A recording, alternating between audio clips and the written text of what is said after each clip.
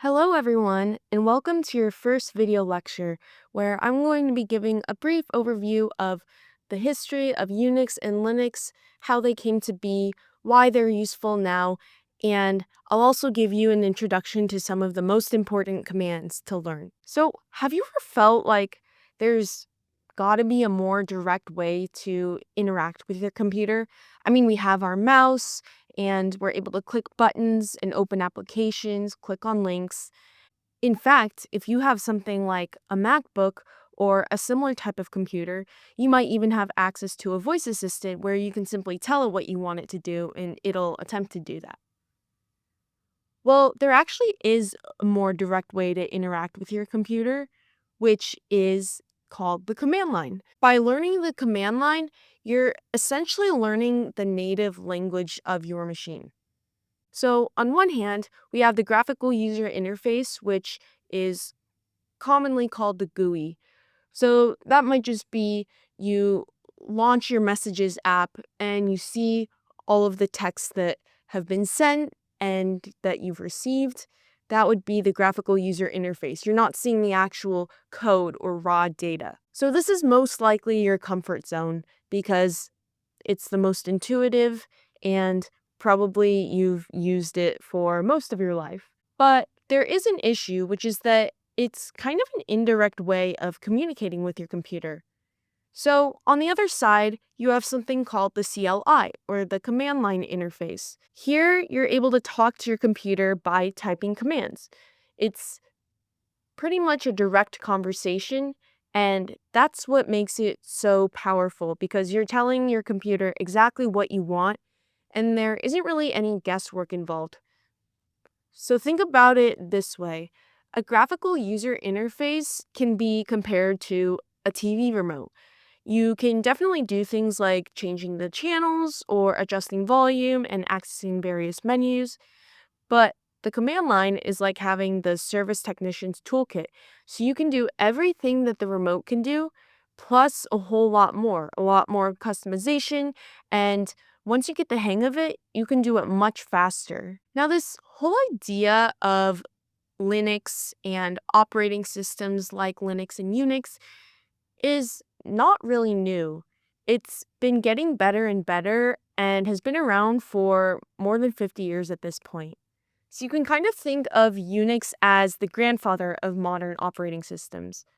Way back in the late 1960s and early 70s, when computers would fill like an entire room, whereas now we have them in essentially our pockets, right? We have our smartphones. Some very intelligent scientists at AT&T Bell Labs were able to develop something revolutionary.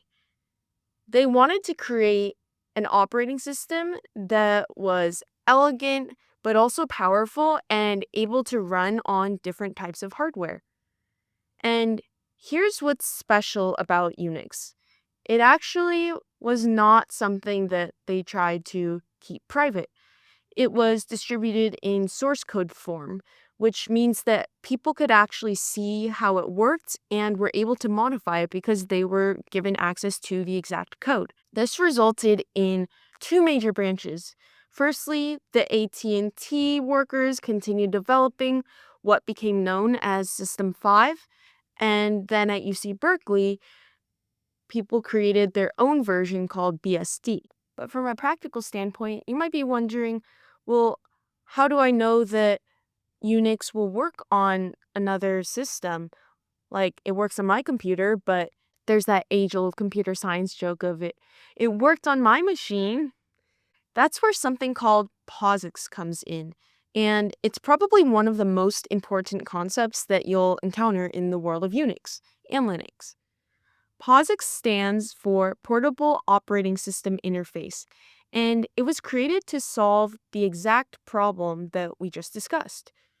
But by the 1980s, there were so many different variants of Unix that software developers were trying to figure out a way to write programs that would work across a variety of systems. So finally, in 1988, the IEEE, also known as Institute of Electrical and Electronics Engineers, created POSIX as a family of standards.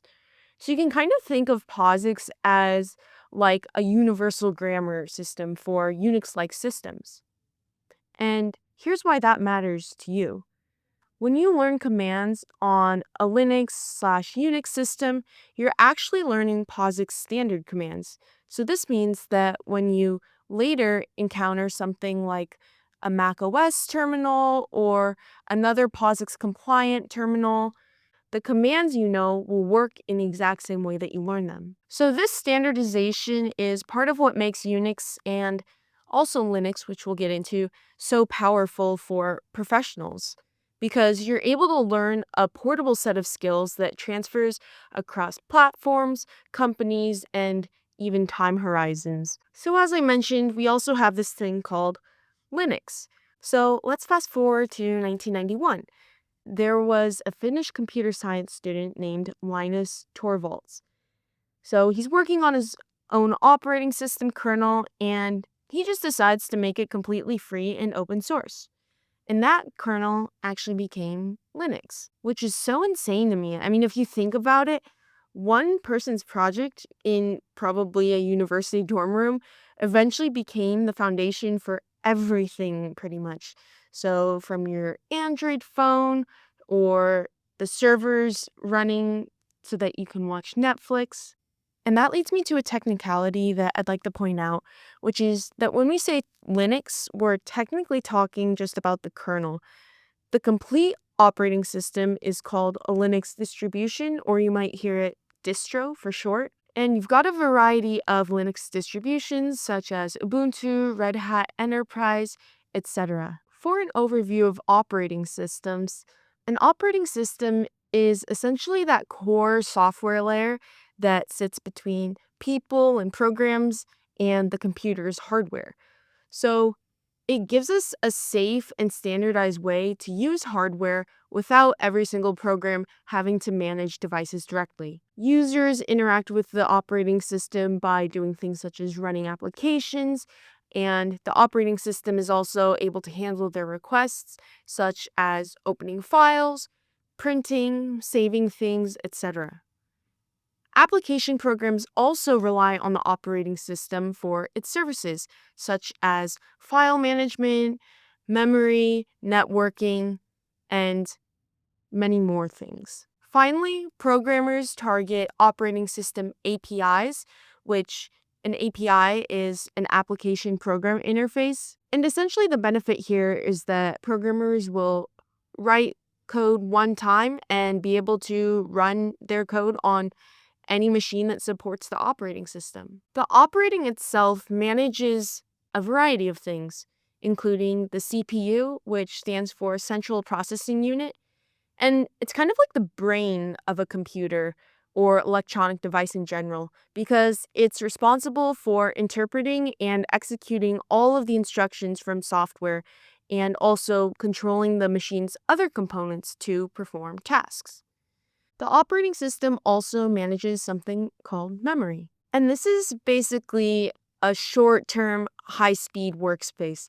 It's the physical component of a computer that stores data and instructions that are quickly accessible by the processor or CPU. I could get into more things that the operating system manages, but for now, this will suffice. As a final statement, the operating system schedules work, caches data, and shares resources within the computer to improve performance. And Unix and Linux are families of operating systems built around these principles.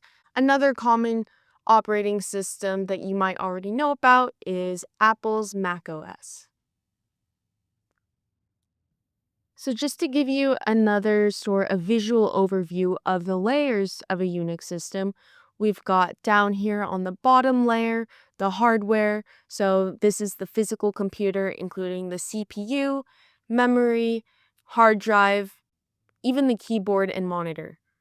Without the hardware, nothing else works. Next, we have the kernel, and the kernel is the core manager of the system, so it talks directly to the hardware and controls it. After kernels, we have shells. A shell is like a translator between you and the kernel.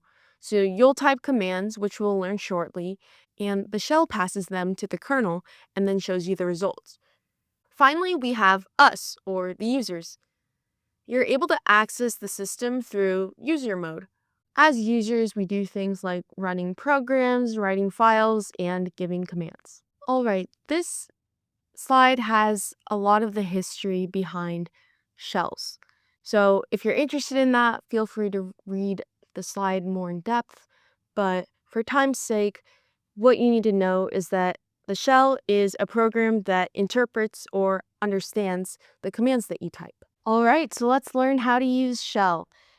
Firstly, we need to open the terminal. So if you're on a Mac, you can simply hold down the command key that's next to the space bar, hit the space bar, and type in terminal, and then enter, and it's automatically going to bring up your terminal. Okay, awesome. We've got our terminal open now. You might be wondering, what is this whole shell thing that you're talking about? The best way to think about the shell is as your own personal translator. It's the program that sits there and listens as you type commands, and then when you hit enter, it figures out what you mean and passes those instructions along to the operating system's core. In other words, the shell is able to translate your commands into a language that the computer can understand.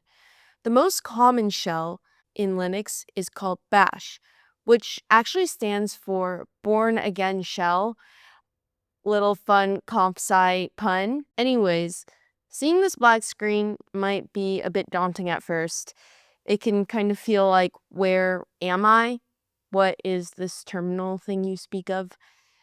And you might be wondering, what shell am I using if it doesn't specifically say here?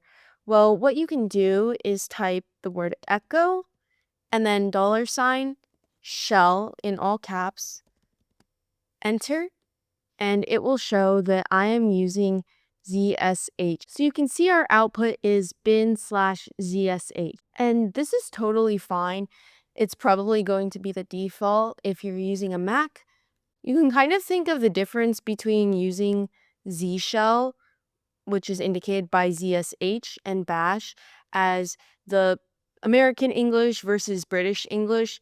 Very similar, but there might be some subtle differences that could occasionally trip you up.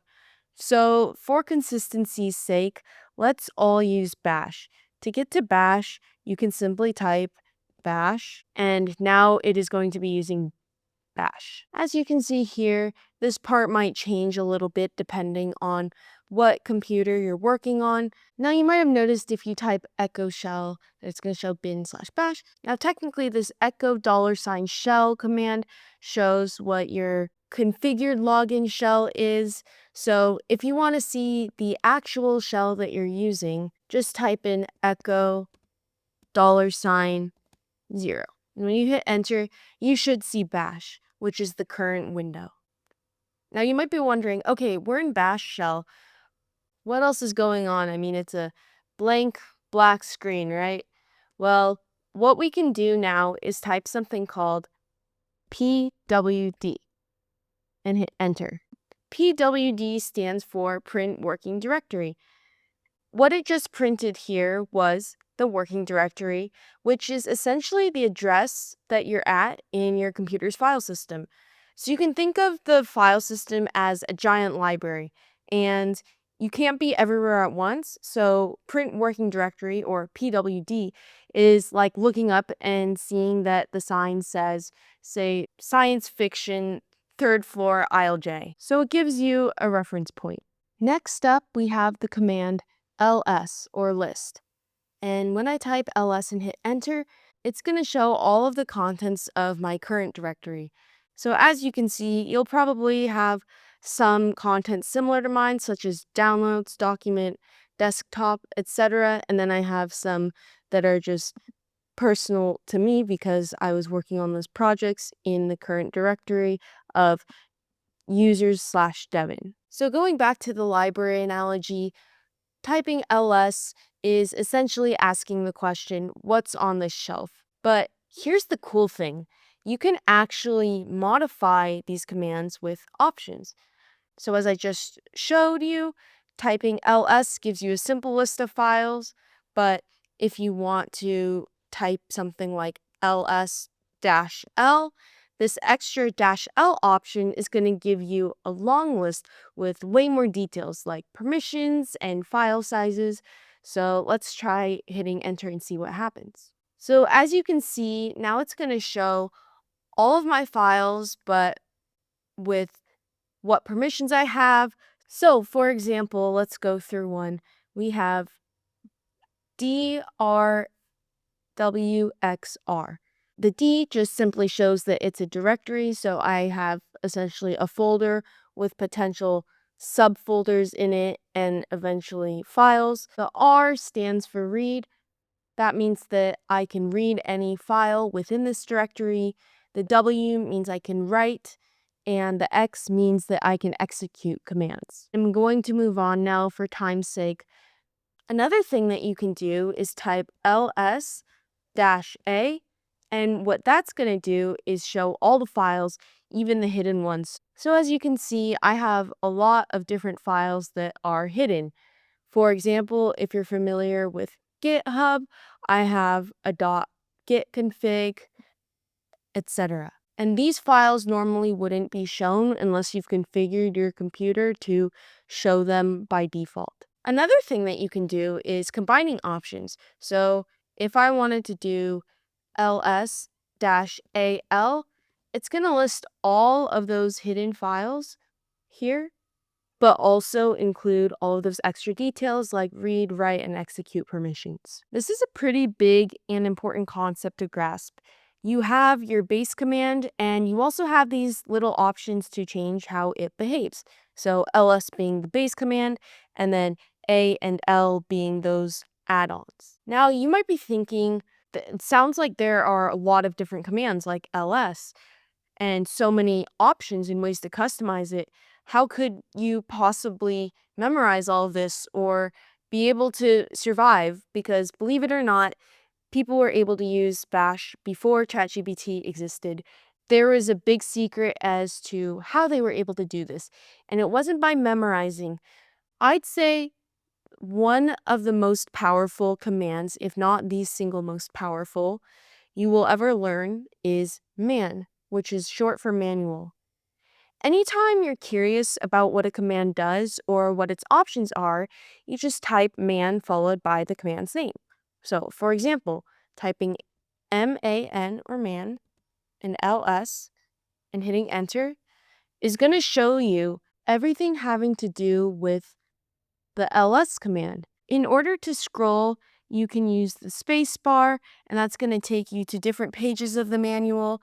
So, for example, as we used the -l add-on, it gives a description that the lowercase letter L lists the files in long format. And again, I'm just using the spacebar to browse the manual for the ls command. In order to get out of this configuration, all you have to do is simply hit the Q button. Another important command to know is the who am I command.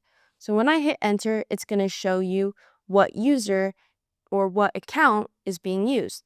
So in my example, my name's Devin, so I'm using my own account. Now, it looks like this terminal is kind of getting busy, and you can type clear and it'll simply create a clean window for you. The cool thing about this, though, is that you can still technically access the prior commands that you ran by hitting the arrow keys. So if you hit the up arrow key, it's going to show clear is the last command that I ran. And before that was the who am I command. Then you can hit the arrow key again, which goes to clear, and then hit the arrow key one more time, and it's going to take you to this empty space. So let's say I want to see again, who am I? I'm using the arrow keys, and then I'm going to hit enter, and again, it's going to print that for me. There are also add-ons for the who am I command, and if you're really interested in that, you can also take a look at the materials on Canvas. Now, you might be asking, do I have to run these commands one at a time? And the answer is no. You can do something like typing one command and then separating that by a semicolon, and then after that, typing your second command. So I'm going to show two basic commands. The first one being date. And when you run that, it's simply going to show the date and the time. The next one that I'm going to run is cal, and that's going to give you a calendar view of today's date, which is August the 26th. But what if you want to see both the date and the calendar view without having to run two separate lines of code? Well, what I can do is I'm going to hit the arrow key twice because then it already starts me out with date being typed, and then type a semicolon, space, cal, and it's going to show me both outputs in the order that I typed them. One thing that I can do is type a command such as date and then save it to a file. So if I say date is greater than, which doesn't actually mean greater than, it's just the symbol to show that it's going to be turned into date.txt. So I want to save the actual date as a text file. I hit enter, and okay, well, why does nothing show up? Because you just told the computer to run the date command, but instead of showing me the answer, put it inside this file called report.txt. Now you might be asking, okay, well, how am I going to access date.txt? Remember that ls command that we had before? And look here, we have our date.txt file. Now, how exactly can we view the text file from terminal? Well, that's where we use a command called cat. So C-A-T, just like the animal. Cat is great for short files like this date.txt file. So I'm going to show that. And see, it shows the exact contents of the date.txt file that we created. However, it's going to be a total mess if you try to use it for a big file, because it's going to literally show all of the contents of that file within this little terminal. So at that point, you'd probably want to do something else, such as actually opening the file, which we'll get into in a later lecture. Now, what if I want to create a file, but I don't want it to necessarily be a file created by commands that I ran? Well, let's create a test file then. So we're going to start out with echo and then double quotes, and let's say this is line 1. Then I'm going to hit enter. This is line 2. And you can see by this little arrow here that we haven't actually exited what we're creating for the file. When I hit enter, it's going to actually start a new line because I started with echo and the quotes. Let's do 2 more lines. So this is line 3, and this is the final line. Then I'm going to end quote, and I'm going to put the greater than sign, and let's call this lines.txt. And I'm going to hit enter, and again, if we wanted to see all of the contents of that, I'm first going to just clear so that we have a cleaner screen. I'm going to type cat lines.txt, hit enter, and see, it's going to show you the exact contents of the file. However, say that this file went on and on for hundreds of lines, and I only wanted to see the first n number of lines.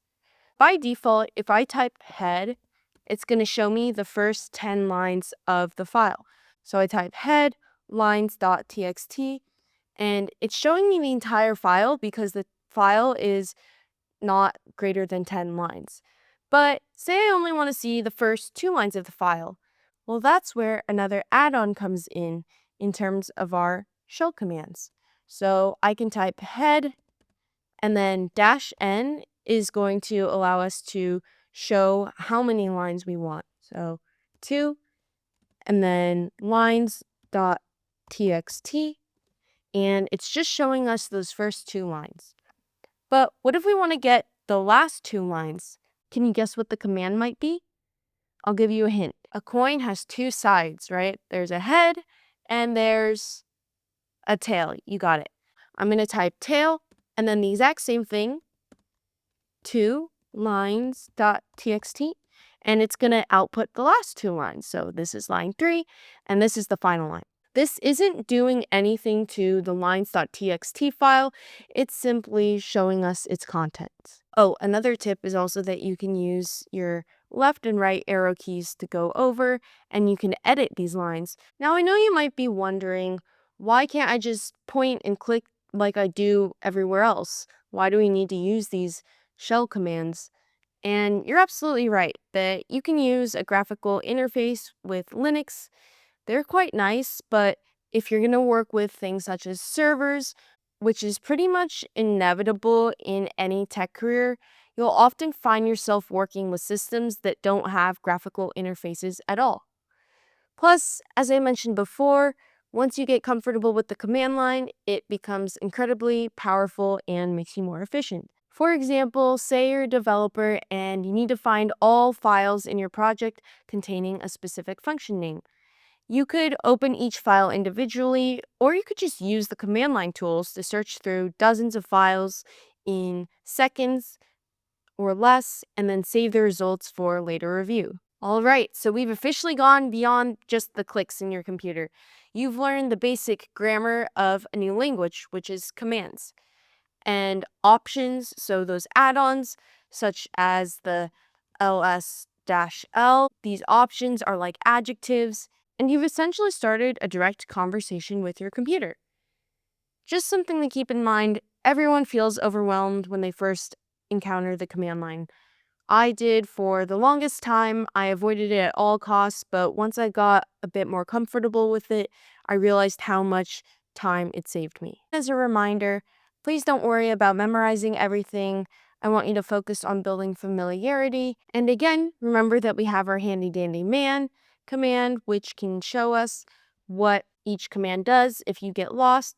You can ask ChatGPT or look it up online, but having something right here in your terminal is oftentimes very helpful and easy for a quick lookup. So great job sticking through your first video lecture, and I look forward to seeing you all in class in 2 weeks.